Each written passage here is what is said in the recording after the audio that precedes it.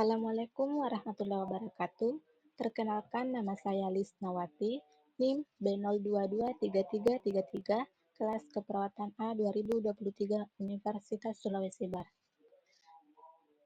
Kesehatan jiwa atau kesehatan mental kita dipengaruhi oleh banyak faktor, baik yang berasal dari diri maupun lingkungan. Di sini kita akan membahas faktor predisposisi dan faktor presipitasi yang berpengaruh pada kesehatan mental dan jiwa kita. Itu faktor predisposisi. Faktor predisposisi adalah faktor risiko yang membuat seseorang lebih rentan mengalami gangguan jiwa. Faktor predisposisi ini meliputi faktor biologis, faktor psikologis, faktor sosial, dan lingkungan.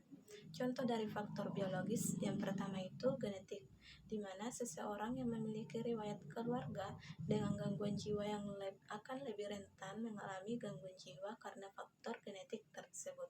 Kemudian contoh yang kedua itu ketidakseimbangan neurotransmitter, yaitu di mana kadar serotonin yang rendah dapat meningkatkan kecemasan. Yang kedua, faktor psikologis. Contoh yang pertama, trauma dan pengalaman masa kecil yang buruk.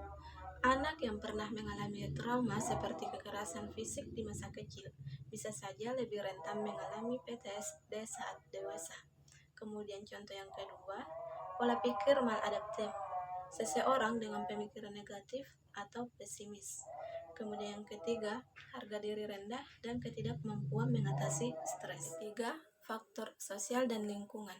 Contoh yang pertama, tekanan ekonomi. Kondisi ekonomi yang sulit dapat meningkatkan stres dan risiko gangguan jiwa. Contoh yang kedua, isolasi sosial. Kurangnya dukungan sosial dapat memperburuk kondisi mental seseorang. Contoh yang ketiga, budaya dan stigma terhadap gangguan jiwa. Pengalaman diskriminasi atau stigma dapat mempengaruhi kesehatan jiwa seseorang. Selanjutnya, faktor presipitasi. Apa sih itu faktor presipitasi? Faktor presipitasi adalah faktor-faktor yang memicu atau memperburuk gangguan jiwa pada individu. Faktor ini biasanya berupa stresor kejadian yang terjadi dalam kehidupan seseorang dan dapat mencakup aspek biologis, psikologis, dan sosial. Stresor psikososial. Contoh yang pertama, peristiwa traumatis dan kehilangan. Kematian anggota keluarga atau sahabat dekat dapat menyebabkan stres emosional yang mendalam. Contoh yang kedua, stres di hubungan interpersonal. Pertengkaran dalam hubungan keluarga, perceraian atau konflik dengan teman kerja bisa menyebabkan stres pada individu. Contoh yang ketiga, tekanan dalam pekerjaan dan pendidikan, seperti beban kerja yang berlebihan, ketidaknyamanan dalam bekerja, dan lingkungan yang toksiknya. Stresor biologis. Contoh yang pertama, penyakit kronis. Diagnosis penyakit kronis seperti kanker atau HIV/AIDS dapat memicu stres emosional yang signifikan. Contoh yang kedua, gangguan neurologis. Gangguan neurologis akan berdampak pada otak, sistem saraf, dan emosi seseorang. Contoh yang ketiga, penyalahgunaan zat dan alkohol.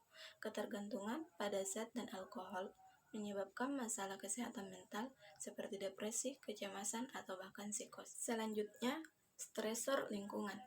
Contoh yang pertama, kemiskinan dan ketidakstabilan ekonomi. Kesulitan finansial yang berat dapat memicu kecemasan dan depresi. Contoh yang kedua, trauma dan kekerasan. Menjadi korban kekerasan fisik, seksual, atau emosional. Contoh yang ketiga, perubahan lingkungan drastis, di mana seseorang tidak mampu beradaptasi pada lingkungannya yang baru. Mari kita bersama-sama menjaga kesehatan mental, karena jiwa yang sehat adalah kunci untuk hidup yang lebih bahagia dan produktif. Terima kasih telah menyimak, semoga bermanfaat, dan sampai jumpa.